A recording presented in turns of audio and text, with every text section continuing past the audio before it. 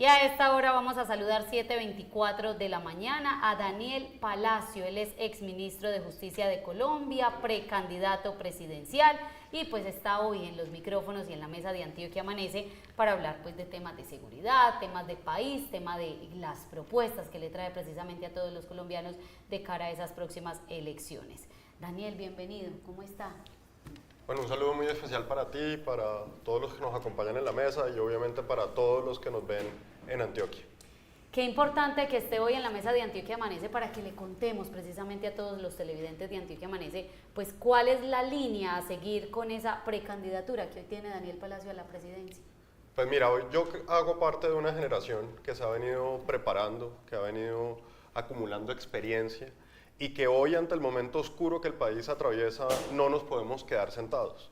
Es un momento en que quienes hemos construido un liderazgo, quienes hemos venido trabajando para tener esa experiencia, salgamos al campo de juego, estemos en la batalla para rescatar a Colombia. ¿Quién es Daniel Palacio? Contémosle a todos los televidentes. Palacios, Hagamos con la S al final.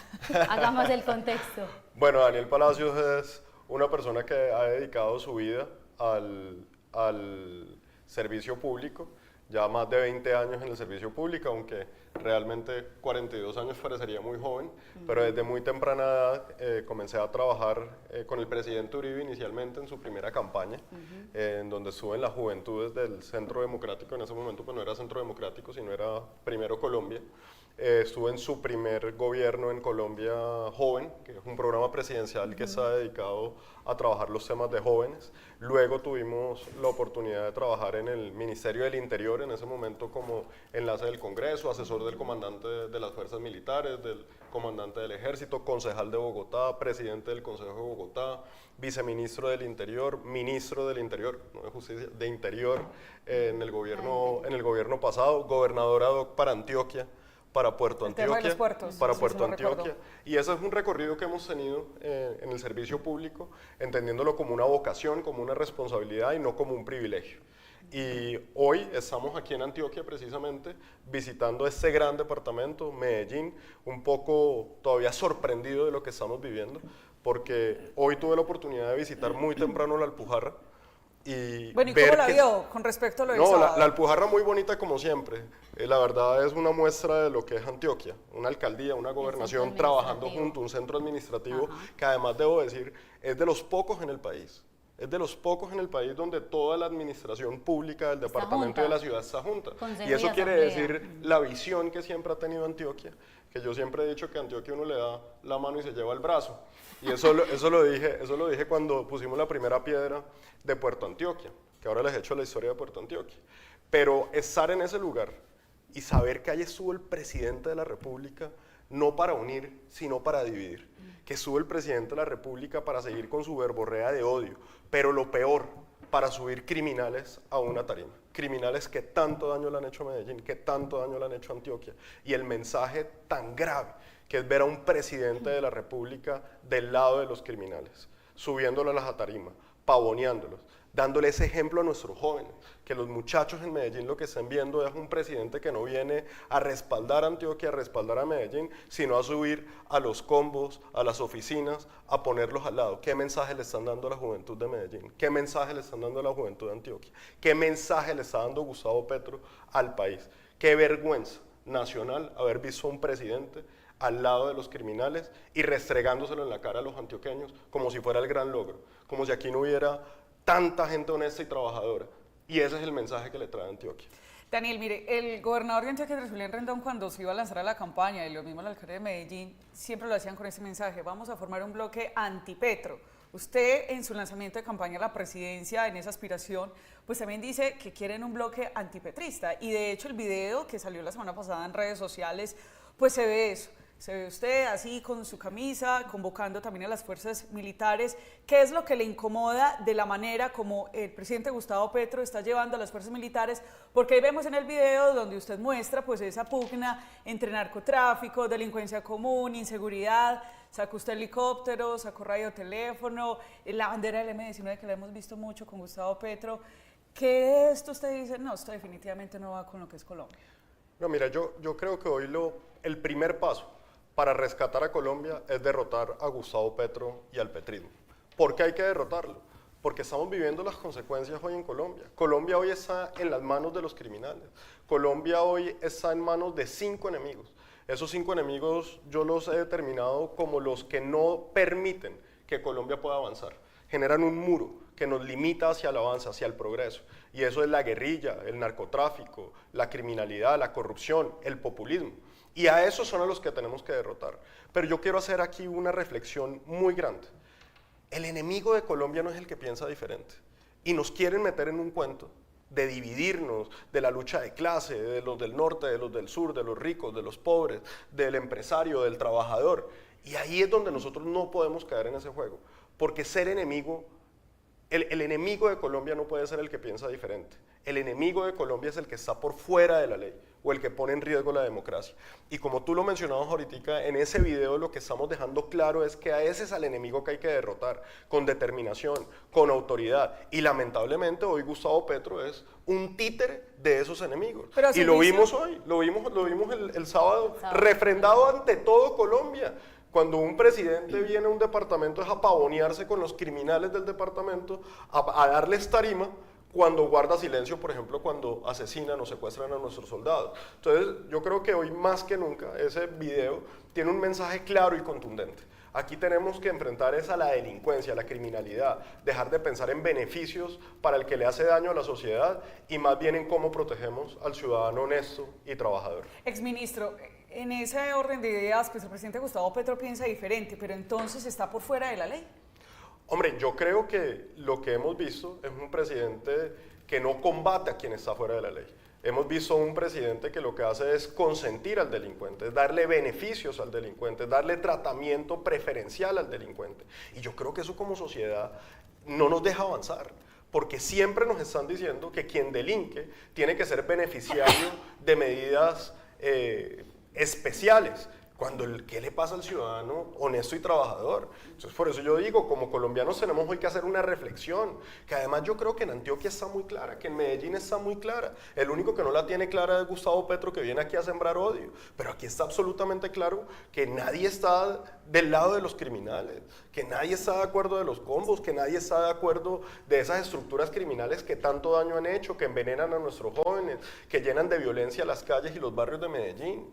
Entonces, esa es la gran reflexión que como colombianos tenemos que hacer. Vamos a seguir pendientes de darle beneficios a los criminales y tratamiento preferencial, o vamos a combatir y a derrotar a quien está por fuera de la ley. Y eso no es ser guerrerista, eso sencillamente es decir que la autoridad y la ley tienen que cumplirse. Y por eso vuelvo y repito, no es decir que el que piensa diferente es el enemigo, porque tú y yo podemos tener discrepancias, eso es la democracia, pero que con la persona que está fuera de la ley, pensemos que lo vamos a equiparar al que está adentro de la ley, quien todos los días se levanta a trabajar de manera juiciosa, honrada, que con mucho esfuerzo le quiere dar un mejor futuro a su familia. ¿Cómo lo vamos a comparar con el que se levanta a delinquir, a buscar el dinero fácil, a extorsionar, a violar, a secuestrar? Eso es lo que me parece a mí absolutamente grave como sociedad, porque hoy que estamos diciendo además que quien se roba un pan por hambre, supuestamente, va a la cárcel, pero quien tortura, secuestra, asesina va al Congreso. Así no construimos una sociedad. Y mucho menos cuando el presidente de la República ahora nos quiere poner como el gran ejemplo, subir a los peores criminales de Medellín a las tarimas. Exministro, otro de los enemigos que se tiene que combatir claramente es el tema de la corrupción. Y yo siempre lo he dicho, aquí en Colombia los más afectados por la corrupción son las comunidades más pobres. Lo vimos en el gobierno de Duque, al cual usted hizo parte con el tema del internet para las poblaciones o los colegios más pobres que se desaparecieron presuntamente más de 70.000 millones de pesos. Ahora con la Unidad Nacional de Gestión del Riesgo, con los tanques que iban a llevar agua, pues yo inicialmente celebraba esa noticia, agua para La Guajira, pues que bien, pero resultó ser un acto de corrupción por parte de este gobierno. ¿Cómo va a combatir usted el tema de la corrupción? Mira, la corrupción se combate de una manera muy clara, sin ningún tipo de tratamiento especial, sin ningún tratamiento beneficioso, sin ninguna justificación. Es que la corrupción no es nada diferente a estar fuera de la ley. Y eso es lo que estamos diciendo aquí, que no puede haber más justificación para estar fuera de la ley, ni para el corrupto, sea el político que se roba la plata, sea porque se la roba, sea porque por ineficiencia no cumple la obra, sea porque la obra queda mal construida. ¿Eso a quién afecta? Como tú lo has dicho muy bien, al ciudadano. Esa plata la pagamos de nuestros impuestos. Y hoy ver que la persona que está a 2 pasos, porque para de pronto los que nunca han estado en el Palacio de Nariño, no entienden que el director del Departamento Administrativo de la Presidencia de la República está a escasos 5 metros del despacho del presidente de la República. Esa es la persona que hoy está imputada por corrupción. Esa es la persona que hoy se le está indicando a ser parte de la trama para robarse la plata en la unidad de gestión de riesgo. Eso es muy grave. Y por eso hoy estas personas que venían y le vendieron a Colombia que iban a devolverle la majestuosidad al servicio público, que no iban a robar, que iban a ser eficientes, ¿qué han hecho? Un gasto burocrático desmedido, contratación a dedo como se viene denunciando de manera permanente, pero aparte de eso unos actos de corrupción rampantes y vulgares que hoy, como lo mencionaba ahorita, tienen imputado a la mano derecha del presidente que estaba a escasos 10 metros de su oficina. La corrupción, ¿cómo se combate? Sin justificarla, sin tratamiento especial y además con transparencia y con eficiencia. Y eso es lo que este gobierno no tiene, porque es igual de corrupto. Y déjeme decirlo aquí rápidamente, es igual de corrupto el que se roba una plata al que coge una plata como la que estaba destinada para terminar la obra del túnel del Toyo y coge y se la lleva para otro lado. Es igual de corrupto la persona que, por ejemplo, teniendo los recursos para terminar el metro de la 80 en Medellín, coge los recursos y se los lleva para otro lado. Las vigencias futuras. Cuando ya están comprometidos. Eso es lo que significa una vigencia futura. Y por eso hay que derrotarlo. Hay que derrotar la incompetencia, la improvisación y la corrupción. Exministro, claramente hay una mala relación entre el gobierno nacional y el departamental y local en Antioquia y en Medellín. Usted lo acaba de decir, túnel del Toyo, el gobernador de Antioquia le ha tocado emprender algunas iniciativas para poder llevar a cabo esos proyectos y poderle cumplir a los antioqueños con ese plan de desarrollo. Ustedes de la presidencia, ¿cuál sería la línea de relación entre Antioquia y Medellín, entendiendo y conociendo ya las necesidades? Mira, la primera línea tiene que ser la que he dicho. Pensar diferente no nos convierte en enemigos. Uno no puede gobernar solamente para el que votó para uno. Porque si uno gobierna para el que votó para uno, está dejando por fuera a una gran parte del país. Y lo peor que puede hacer es además graduarlos de enemigos. Y este es un presidente que lo que nos ha acostumbrado es que a que todo el que piense diferente de él, sea un periodista, sea un juez, sea un miembro del Congreso, sea un alcalde, sea un gobernador, hay que atacarlo, hay que amenazarlo, hay que insultarlo. Y eso no puede ser la forma como conducimos una nación. El presidente de la República es el representante de la unidad de los colombianos. Y muchas veces, a uno cuando está en los cargos del poder, yo tuve la oportunidad de ser ministro del Interior y trabajar con todos los alcaldes y con todos los gobernadores del país. Y lo hacíamos sin importar su orientación política, sin importar si había votado o no había votado por el gobierno en el que hice parte, o si era cercano o no cercano. Se trabajaba con todos. Y el mensaje para Antioquia es muy sencillo. Aquí se tiene que acabar esta horrible noche, porque lo que ha hecho Gustavo Petro, por no querer al gobernador de Antioquia o por no querer al alcalde, que paguen todos los habitantes de ese departamento, es una locura. Es que cuando para el túnel del Toyo, ¿a quién está afectando, por Dios? Está afectando a las comunidades más alejadas de Antioquia, está afectando, por ejemplo, esa unión tan importante entre Mar 1, Mar 2, túnel del Toyo, que llega hacia Urabá. ¿A quién está afectando? Al que él dice que supuestamente está representando, al necesitado. Está negándole el desarrollo a zonas apartadas del departamento.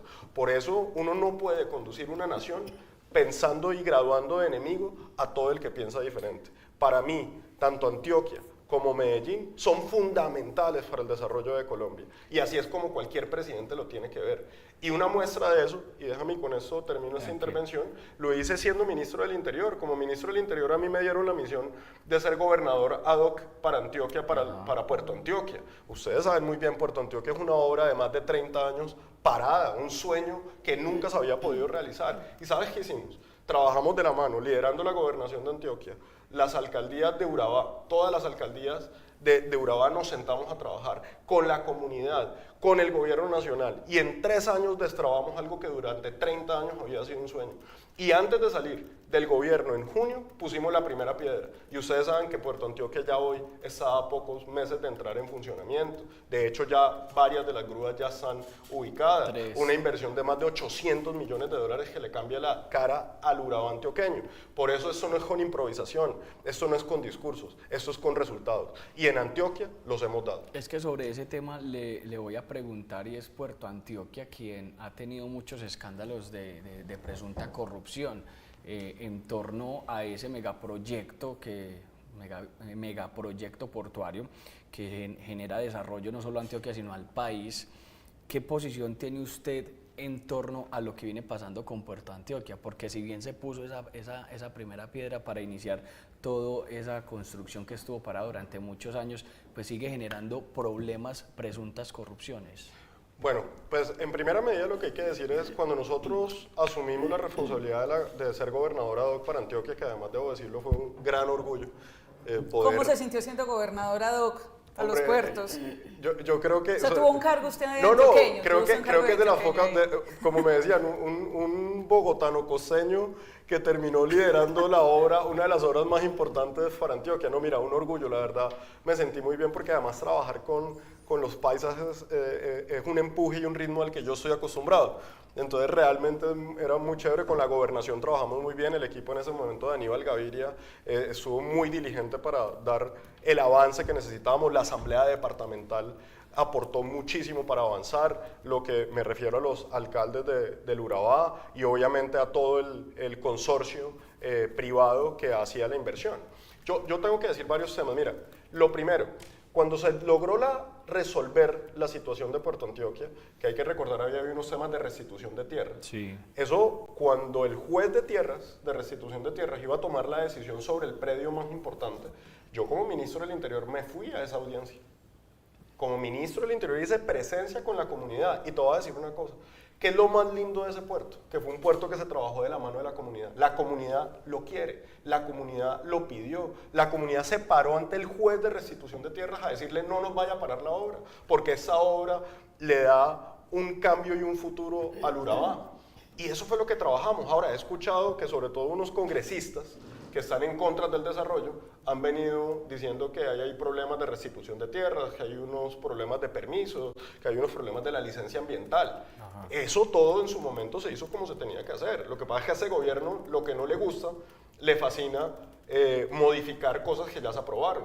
Ese proyecto tenía licencia ambiental hecha, tenía acompañamiento de la Procuraduría General de la Nación, se hizo a través de la Agencia Nacional de Tierras, se hizo a través de un juez de restitución de tierras. Quiere decir, ese fue un proyecto que salió con todos los requisitos de ley y si existe algún tipo de corrupción o algún tipo de ilegalidad, pues debe ser llevada ante los jueces, pero no porque un congresista de oposición al proyecto salga a decir que es un proyecto malo, cuando eso fue un proyecto que se trabajó de la mano de la comunidad y que todos en Antioquia y en Colombia sabemos cómo le va a cambiar la cara a la exportación, pero sobre todo a ese pueblo de Urabá, porque es que hay muchos que hablan de ayudar a Urabá, pero no le llevan nada a Urabá.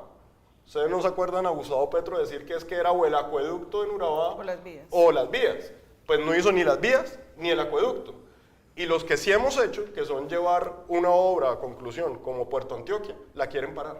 Porque es que además de que no financian, no hacen, estorban lo que va avanzando.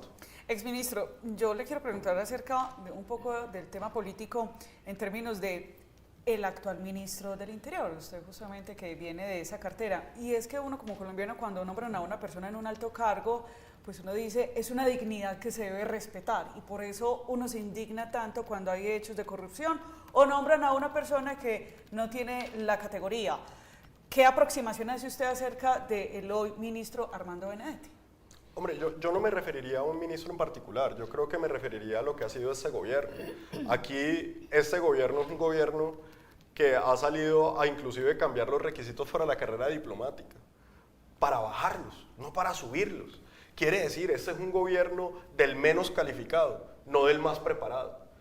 Y para dirigir el futuro de una nación, para la toma de decisiones, que son muchas veces de vida o muerte, que le cambian la cara a un departamento, que son inversiones estratégicas para el futuro y para el desarrollo del país, no puede estar en manos del menos preparado, no puede estar en manos del menos calificado, no puede estar en manos del menos trabajador, porque además este ha sido un gobierno que nos ha mostrado lo que es la vagancia, lo que es la pereza, lo que es la indisciplina. Y eso sin duda alguna para manejar los destinos de un país son valores que no son deseados. Lo que nosotros queremos volver a ver en nuestros servidores públicos es ese sentido de urgencia. Yo me acuerdo cuando a mí me decían el trabajar, trabajar, trabajar de Álvaro Uribe. Y a veces le decían a uno, inclusive alguna vez vi una propaganda que decía que es que el colombiano es madrugador. Y entonces al colombiano que le va bien es el que madruga. No entendieron lo que decía Álvaro Uribe con el trabajar, trabajar, trabajar. El trabajar, trabajar, trabajar lo que significaba era que para el funcionario público, para el que tiene el privilegio de tener un cargo para servirle a la nación, debe trabajarlo con sentido de urgencia. Porque cuando uno está en el servicio público, todo es urgente, todo es importante. La plata que uno está recibiendo viene de los impuestos de los colombianos y la urgencia por resolver los problemas tiene que ser la prioridad. Y por eso, ese es el sentido de urgencia que ha perdido este gobierno, porque es un gobierno del mínimo esfuerzo, es un gobierno que trabaja a media marcha. Es un gobierno que trabaja con los menos preparados, con los menos calificados. Pues por eso lo que tenemos es que devolverle la majestuosidad al servicio público y tener a los mejores, para así tener los mejores resultados. Exministro, yo le tenía acá una pregunta acerca de, pues usted nos dijo ahora, usted trabajó con el expresidente Iván Duque y vemos que usted en unión con el exfiscal Francisco Barbosa tienen esa aspiración a la presidencia, pero también la señora Alicia Arango, a quien usted le recibió el cargo incluso en el Ministerio del Interior, pues ella está acompañando también esa candidatura de Vicky Dávila. Se pregunta uno, ¿será que el expresidente Duque entonces tiene ahí varios de sus amigos y exfuncionarios que quieren aspirar a ver por dónde rema y por dónde coge? Y ahí le cuño, ¿a usted quién lo acompaña en esta aspiración? Bueno, me hiciste varias preguntas. La primera... Sí, se toca así un salpicón. Bueno, la primera, yo al presidente Duque le tengo una gratitud enorme. Me dio la oportunidad de ser el ministro del Interior más joven que ha tenido este país. Y siempre le tendré un agradecimiento y un cariño especial por haberme dado esa oportunidad de trabajar por mi país, de conocerlo. El Ministerio del Interior, no hablo por quienes hoy lideran el Ministerio del Interior, pero el Ministerio del Interior es lo más cercano a ser presidente. Le tocan todas las situaciones en el país, tiene que estar en todos los territorios. Tú un día estás a las 7 de la mañana con un incendio en Quibdó y a las 12 del día hay un derrumbe en Risaralda al que te toca ir, hay una situación de orden público en La Guajira, tienes que regresar a Bogotá para mirar temas del Congreso o salir para una reunión con gobernadores y alcaldes o una reunión con una comunidad étnica o una comunidad religiosa o una minoría. Quiere decir, es un ministerio que tiene que ver con todo lo que pasa en Colombia y por eso yo siempre le tendré un agradecimiento especial al presidente Duque. Hasta donde yo tengo entendido, el presidente Duque sigue siendo parte del Centro Democrático. Yo no he visto que el presidente Duque haya renunciado al Centro Democrático. Por lo tanto, pues los temas de a quién apoya o no apoya la presidencia, pues tendrán que ser resueltos dentro del Centro Democrático. Yo pues no hago parte del Centro Democrático, tomé una decisión de separarme, siendo que le tengo un cariño, un aprecio y un respeto gigante al presidente Uribe. Duré más de 20 años de mi vida al lado de él, tuve la oportunidad de ser su secretario privado, tuve la oportunidad de ser uno de los fundadores del Centro Democrático. Inclusive te diría que la primera lista al Congreso del Centro Democrático se radicó con mi puño y letra, a mano mía, la planilla que se radicó. Y tuve la oportunidad de ser ministro del Interior en representación del Centro Democrático. Pero hoy creo que esa mecánica política a los colombianos no le importa, a los antioqueños no le importa. Hoy lo que los colombianos quieren ver es quién es capaz de rescatar a Colombia, quién tiene el carácter, la preparación, la decisión para enfrentar a la delincuencia. Como persona y no como partido. Como persona y no como partido, por una razón en particular, y déjenme decírselo, porque es que aquí vamos a tener que llegar a un país que está atravesando a rescatarlo de uno de sus momentos más oscuros, dificultad económica, parálisis en la infraestructura, un país entregado a la delincuencia, un país con la gasolina por las nubes, escasez de gas, escasez de petróleo, la construcción caída. Aquí toca llegar a tomar unas decisiones muy grandes y no se puede llegar a aprender ni a improvisar. Imagínate tú llegar en esa situación a aprender qué es un CDP, aprender qué es un RP, aprender cómo se ejecuta un presupuesto, aprender los grados de las fuerzas militares. ¿Cuál es la diferencia entre el ejército, entre la policía, entre la armada? a entender cómo funciona este país, cuáles son sus minorías, dónde están, si hay que hacer consulta previa, si no hay que hacerla. ¿Y quién lo acompaña entonces? Y eso es para mí lo más importante. Entonces, yo he visto que hay mucha gente que está apoyando diferentes candidaturas. La verdad, yo he hecho eso y lo he querido hacer a través de un movimiento que lo hemos llamado Rescatemos a Colombia. Ese movimiento mañana lo estaremos inscribiendo oficialmente en la registraduría y lo vamos a hacer a través de firmas, de forma independiente por una razón muy importante, porque aquí tenemos que llegar a poder sumar.